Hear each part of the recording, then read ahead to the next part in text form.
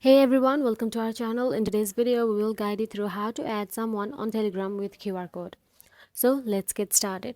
Firstly, open the Telegram app on your device and go to the settings and look for the QR icon available on the top left corner. Tap on it and here you can see your QR available. So simply save it to your phone or share it with anyone you want to. Or you can choose the color for your QR as well.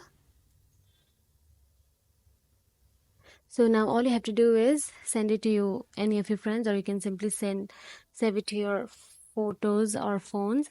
Then all you have to do is point your device's camera at the QR code provided by the person you want to add. Ensure that the QR code is well lit and visible to your camera. So after confirmation, the contact will be added to your Telegram contact list and you will be able to start messaging them. So that is it. You have successfully added a contact on Telegram using a QR code.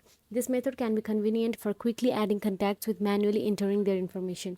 If you found this video helpful, please like, share and subscribe our channel, and thank you for watching.